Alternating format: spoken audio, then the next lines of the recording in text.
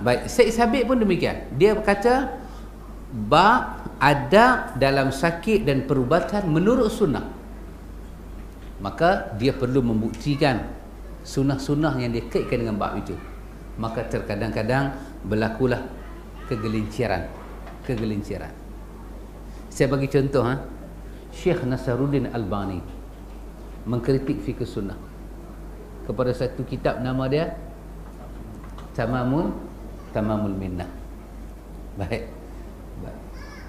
Kemudian orang menulis kitab mengkritik Syekh Nasaruddin Albani.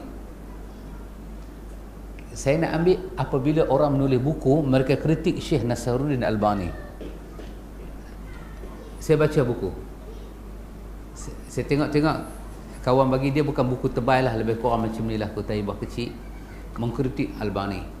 Saya tengok tajuk, saya kata mana punya mangkak ditulis ni. Coba lah kata. So, kawan saya kata, dia kata Ustaz, sorry to say, maksud dia minta maaf lah, nak kata orang sunnah macam ni ya. Alamak, macam kenapa nampak belum. Tak, orang sunnah memang perangai macam ni ya. Saya kata, awak, dia kata, apa salahnya tengok Ustaz, Syekh Nasruddin bukannya Nabi, ada sifat maksum. Just tengok Ustaz apa yang orang nak kata. Tengok, lepas tu kita rasa tak apa betul, tak apa. Yang ni orang kata baca pun tak, apa pun tak, dengar orang ketik Nasruddin, buang lagu tu, come on baby. Saya baca satu, dia menguap. Pasal kita tak berkenan. Hendak kita tak berkenan, suruh buat, dia menguap.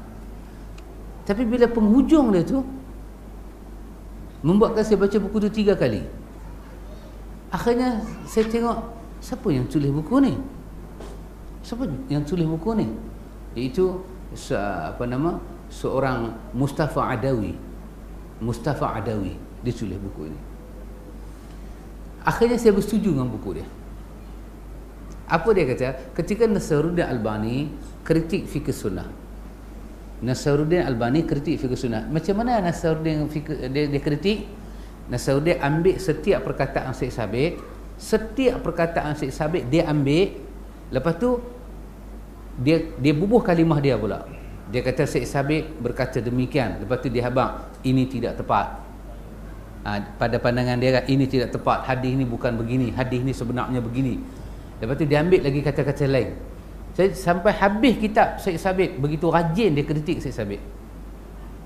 Kata penulis Mustafa Adawi, apabila Syekh Sabit dikritik oleh Nasaruddin, mendatangkan kemarahan talamiz, penuntut ilmu Syekh Sabit.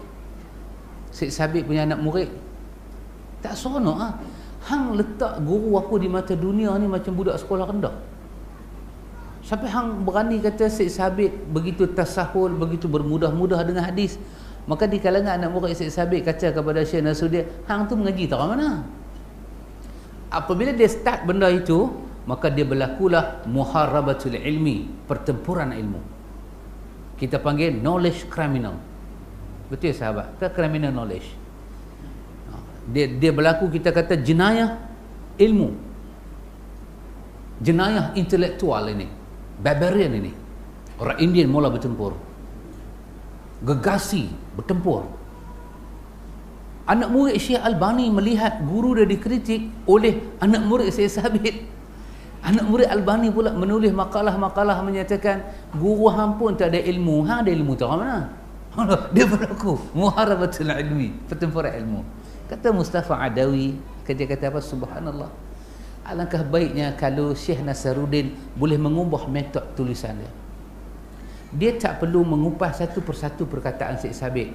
Cukuplah dia menulis satu buku, dia menghimpunkan semua jumlah hadis saja dalam fikih sunnah, dan dia mentakhrijkan hadis itu, dan dia memberi nota kaki maksud satu-satu hadis itu ke mana sepatutnya dibawa, tanpa dia menyebut ini adalah kritikan kepada fikih sunnah. Kalau itulah corak dia menulis buku, nescaya tidak ada anak murid daripada Syekh Syekh Sabit akan menolak Syekh Albani. Tapi kenapa Allah memberi ilmu pada dia dan Allah tidak memberi manhaj penulisan kepada dia. Aku sayang Albani, tetapi aku sayang juga dia tidak ada manhaj ketika menulis, terutama ketika dia memberi komen pada buku orang. Alangkah baiknya dia komen dengan ilmu, bukan dia komen, dia menyebut nama Syed Sabit, dia tak perlu sebut. Lepas tu Albani pula buat satu hadis pula, dia buat satu buku hadis, iaitu hadis-hadis sahih dan dhaif di dalam tafsir Ibnu Katsir. Dia buat perangai pula dah. Bahasa kita lah buat perangai, bukan maksud dia buat perangai betul. Ini bahasa saja. Apalah ada pada bahasa, kan? Tetapi bahasa itu menggambarkan cita rasa. Kita kata kat satu, kita jumpa satu perempuan, kita kata aku tak suka kat hang. Apalah ada pada bahasa, mungkin kita suka, tapi perempuan tu dengar, dia faham kita tak suka. Apakah bahasa pun begitulah juga dia buat. Bila dia buat, dia menghimpunkan hadis-hadis dalam tafsir Ibnu Katsir. Dia tak kritik Ibnu Katsir, dia hanya mengkritik hadis sahaja, menyebabkan kitab yang dia tulis nombor 2 ni melonjak di pasaran dunia. Subhanallah, subhanallah. Demikianlah, saya saja menceritakan ini supaya kita belajar dengan para ulama. Kita belajar, kita sayang Syed Sabit. Pada saya mengenal 1-2 jalan sunnah daripada Syed Sabit. Walaupun kita tahu, kita nak banding ilmu dia dengan satu orang lain lebih baik daripada dia, tetapi terkadang-kadang orang yang dhaif itu banyak mendidik orang yang kuat. Banyak mendidik orang yang kuat. Demikianlah semut pernah memberi pendidikan pada gajah. Kecil aja semut, tapi bila semut mula melata di atas badan gajah, gajah belajar sesuatu. Gajah tahu dia lemah, ada rongga-rongganya, semut masuk, habis dah. Dia golek kepala, belalai dia pergi sana pergi sini, dia boleh mati. Sejak daripada hari itu, gajah pun tak akan jijak sarang semut. Semut kalau kena jijak gajah, mampu semut tu. Tetapi gajah belajar dengan semut, semut mendidik gajah. Tidak salah. Kita belajar dengan semua para ulama. Dalam dunia ini banyak para ulama. Mereka semua ulama kita. Sebutlah nama siapa pun. Dalam Malaysia ke luar Malaysia, mereka ulama. Mereka telah berdakwah masa kita duduk dalam perut mak kita lagi. Uri kita tak keluar lagi daripada dakwah. Maka kita juga kena melihat jasa-jasa apa yang para ulama buat. Lemah mereka, lemahlah, tak perlu diangkat. Kebaikan mereka perlu kita angkat, sebab manusia nak berkongsi kepada kebaikan.